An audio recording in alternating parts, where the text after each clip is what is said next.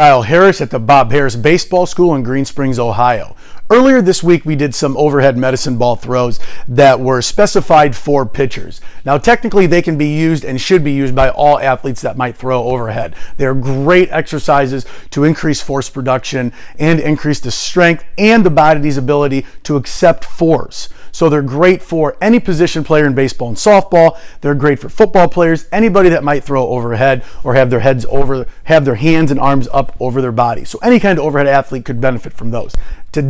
Those focused on the linear aspect of throwing. So we were focusing on moving forward and getting separation with the lower body and the upper body to create power there.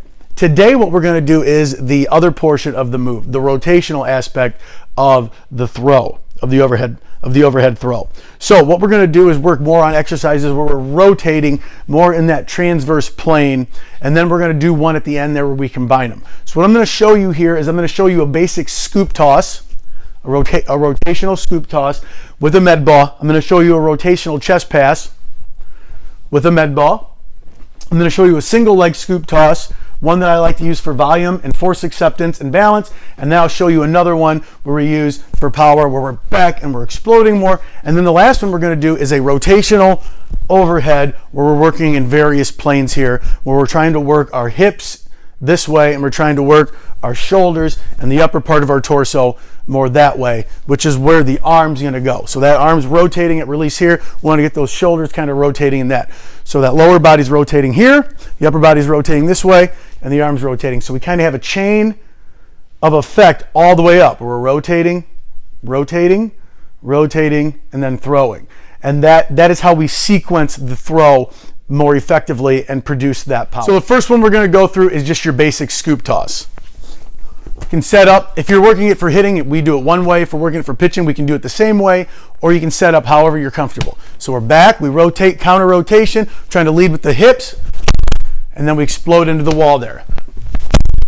All right, you can come out however you want to do that there. Find what is most efficient for you. Then we can move to the rotational chest pass, where we're going to rotate and push.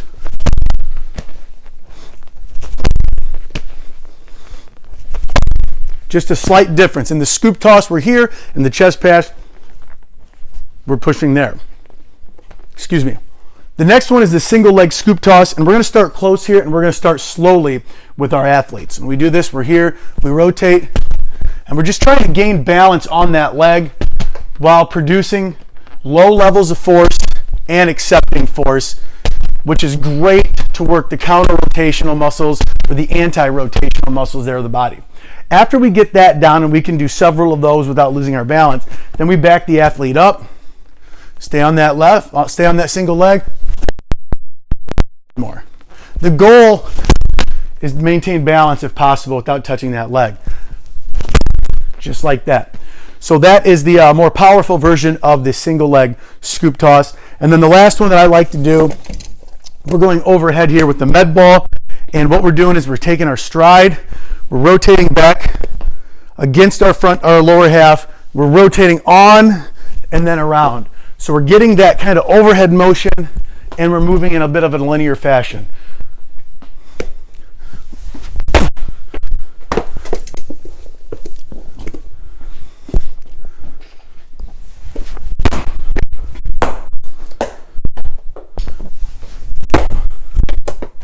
So those were the types of rotational medicine ball exercise that we like to start our athletes off with. We showed you the scoop toss, the rotational chest pass, single leg scoop toss for volume, single leg scoop toss for power, and then we had the combination rotation throw where we're working through multiple planes of rotation. Those are great exercises. My suggestion would be to start with the regular scoop toss or the chest pass, whatever is easiest on your athlete, and you can differentiate that for what they need and what they can do. And then work to the single leg slow, then back up a little bit and do the power toss.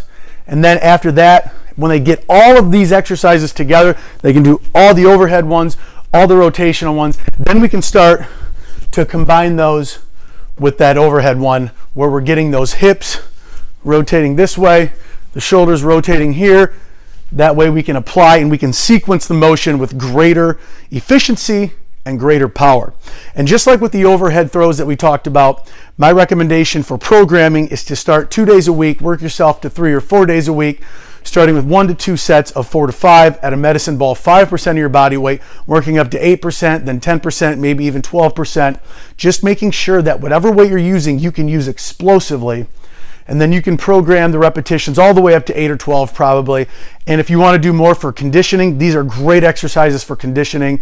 We want to try to stay away from taking our athletes and running. We want to keep them explosive, doing things that we're going to do on the baseball field. So when we're working the energy systems, doing things like this, and we can use these for more conditioning type things, so maybe increase the volume a little bit. The biggest thing I want to make sure you understand when doing these is to do it with explosiveness, and also to make sure that we're programming for both sides of the body. If I rotate right to left, I need to rotate left to right.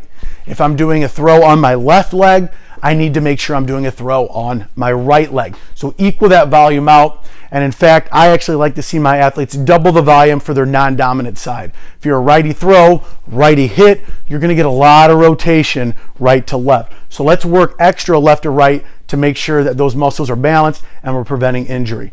Thanks guys for watching this. We're going to keep coming at you with videos. If you have any questions, follow us at HossJob on Twitter, or follow us at Bob Harris Baseball School on Twitter, and our handle there is at Bob Harris Baseball 1, and that is baseball with 1 L. I know it's difficult. It's Bob Harris Baseball with 1 L and then the number 1. Thanks guys.